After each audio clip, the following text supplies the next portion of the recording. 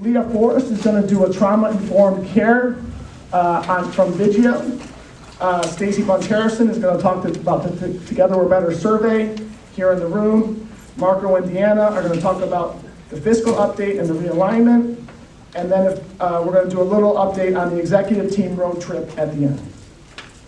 As we start most of our meetings, we want to talk about our values and put our minds in the right place for this meeting.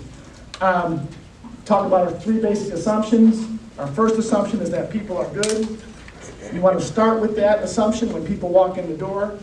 They don't have to prove it to us. And we want to accept it at the door. They can prove us otherwise, but we want to try to keep that assumption even during times of stress, misunderstanding, and conflict, that people are essentially good. Our second assumption is that people are of equal human worth. We hold this belief, and we want to make sure everybody has a voice and opportunities to have their voice, opinions, and their perspective heard. This is the reason we don't have offices. This is the reason that we don't have an executive boardroom. This is the reason that we don't have parking spaces.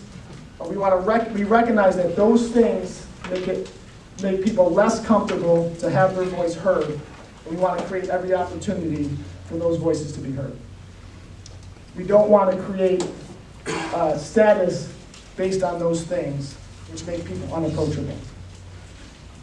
Just because we're all equal doesn't mean that we all have the same decision-making power. And we want to recognize that. But we all do have the power of influence. And we want to create opportunities for people to influence the folks who have more decision-making power. This meeting is one of those examples where we create an opportunity for people to have their voice heard. The road trip is another example by which we do that. The survey, as we're going to talk about today, the Together We're Better survey, is another example where people can have their voice heard. And your voice on My RHD is another example. And we're always open to more. Everyone's voice here matters and is valued.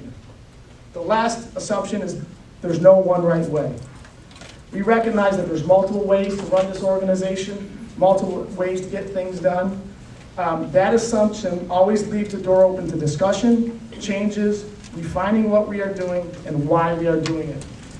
At this time, when we're discussing the realignment, it's important to remind ourselves that this assumption requires that we constantly re-examine what we are doing and why are we doing it. This also leaves the door open to questions, not just relying on our leaders to make decisions without our multiple perspectives and our input. Those are the values by which we try to live, and we hope that informs how this meeting goes. Did I catch everything? Yes. Okay, we're going to